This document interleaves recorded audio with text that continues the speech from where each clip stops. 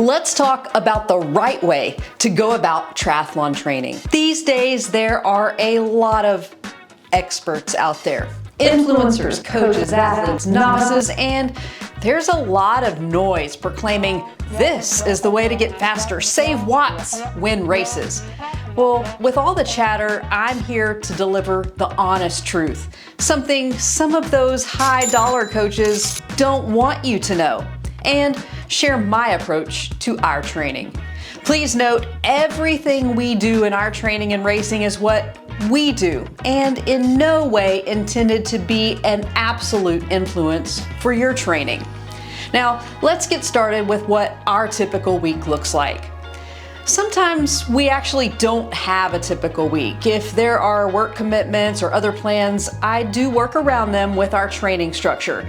It's important to be flexible, but still remain committed to the plan. Mondays are generally the easiest day of the week. We'll be coming off a weekend of training that will see upwards of 7 to 8 hours of training. So we'll need to dial it back, give our body some active recovery, and get ready for the midweek workouts. We start off on Monday morning with a recovery bike ride. The effort is very, very chill with a few rounds of intervals, no more than 65% of our FTP. This ride is all about time in the saddle and shaking the legs out from the weekend. To me, there's no better recovery than a swim session. In most cases, with exception of an extremely hard swim set, it's hard to overdo it in the pool. While I make the Monday swim relatively chill and incorporate pool toys, I will throw in some short, fast efforts in the mix, so the session isn't completely complacent. In our current build to the Ironman 70.3 World Championship, my objective is to plan just about each swim set to be at least 3,000 yards and build from that as we get closer to race day. On to Tuesday and back to the pool for a speed session. The goal here is to do a lot of short and fast rounds to work on the speed and work on being fast under fatigue. I'll give us some fast 25s on short rest, fast 100s with longer rest, and mix it up quite a bit to make the swim set interesting. I'm also incorporating more kicking in these blocks. Having a strong, efficient kick is often overlooked, but brings a lot of value to the swim. Out of the pool, we'll hit up a 30-minute upper body strength session. This might actually be on a Monday as a full body session, depending on the structure of the week. I'm more flexible with our in-season strength training in order to keep the focus where it needs to be, and that's on swim, bike, run. The next session on a Tuesday is a run. These runs are anywhere from 45 minutes to an hour. There are typically some speed or tempo intervals thrown in, but most of the miles are at an aerobic effort. As we reach the midweek mark on Wednesday, for me, personally, it's a dreaded bike session. This will be a longer workout that incorporates the hardest bike efforts we'll do during a week of training. It's our second longest bike of the week, with the longest coming on Saturdays. On the Wednesday ride, it's about working big power over a sustained period of time and building that time in the weeks to come. The reasoning behind doing the hardest bike session on Wednesday is so that we can be more fresh for the weekend, specifically for our long run on Sunday. Now, these Wednesday bike rides are anywhere between an hour and a half to 2 hours in length. Once we survive that bike session, we'll do a short runoff, just 30 minutes, keeping the effort easy to slightly moderate. No intensity here. The legs will get one more round of action for the day as we get our lift on in the gym for leg day. This is something new in our training, and we're excited to see how it plays out over the course of the coming months and eventually on race day. This set is not more than 30 minutes, but we get some good work in the bank. I put this leg day on Wednesday because it gives us plenty of recovery prior to the weekend. Moving on to Thursday, this might be my favorite day. Maybe it's because the rest day is only a couple workouts away, and Thursdays aren't terribly long or intense. Thursdays start in the pool with more speed. Honestly, I believe that swimming fast will make you faster, and I want to keep pushing so that we both feel comfortable swimming fast. Well, as comfortable as you can feel when you're working with intensity. Like I said earlier, swim sessions are at least 3,000 yards, and I aim to get at least 12,000 in the bank each week. Something new I'm trying in our training this fall is getting on the bike after the swim. While we've always done a planned bike session first due to the time and convenience, I want to change the stimulus a bit and work on that swim to bike feeling.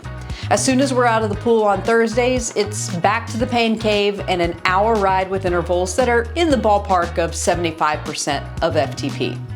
I think it's easier to get through this set knowing that as soon as we're off the bike, we are done until Saturday morning.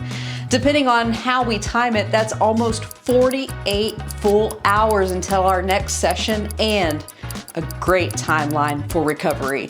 Yes, recovery and rest are very important. Friday is that rest day and it always seems to come at a perfect time.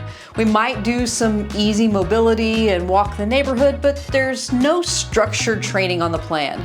It's nice to get a bit of a break before we go full speed into the weekend. Recovery time is over when Saturday morning arrives. We are back on the bike for our longest ride of the week. We'll build up to riding 3 to 4 hours in the final 8 weeks heading into race day. These sessions are meant to work on our endurance, with the structure being where we hold just above goal race power for longer intervals. I'll also throw in some short speed intervals before and after the main set because I like to torture everyone.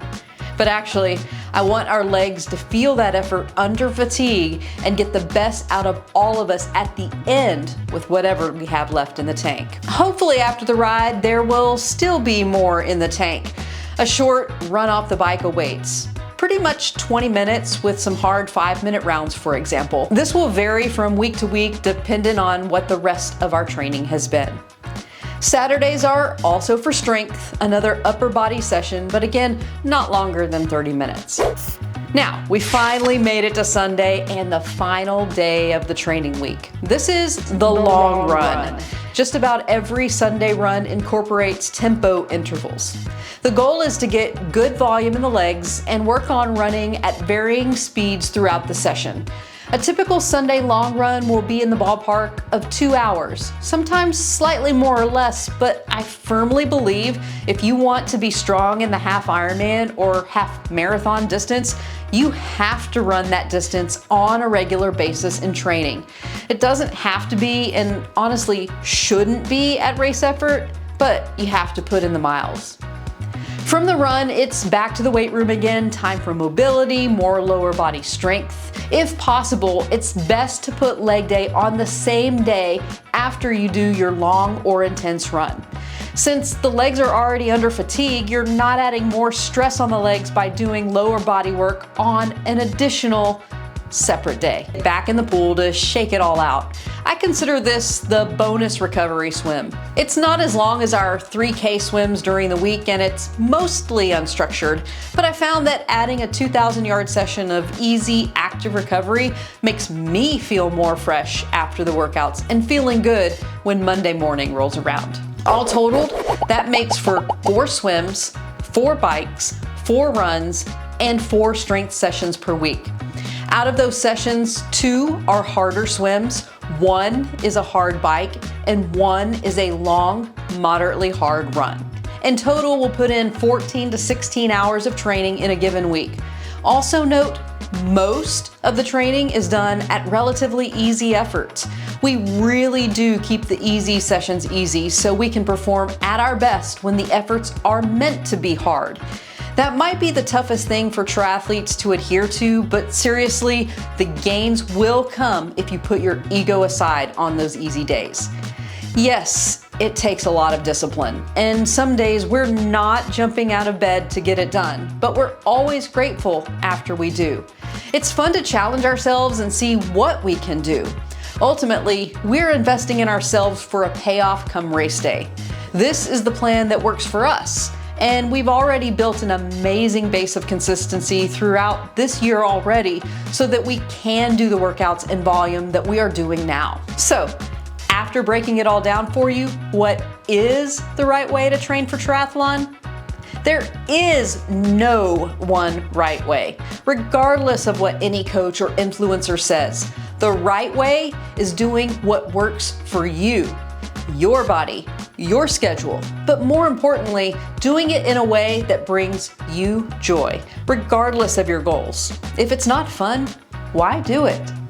We're always happy to chat triathlon, so if you have questions about training, racing, or getting into the sport, drop a comment below. Let's start the conversation.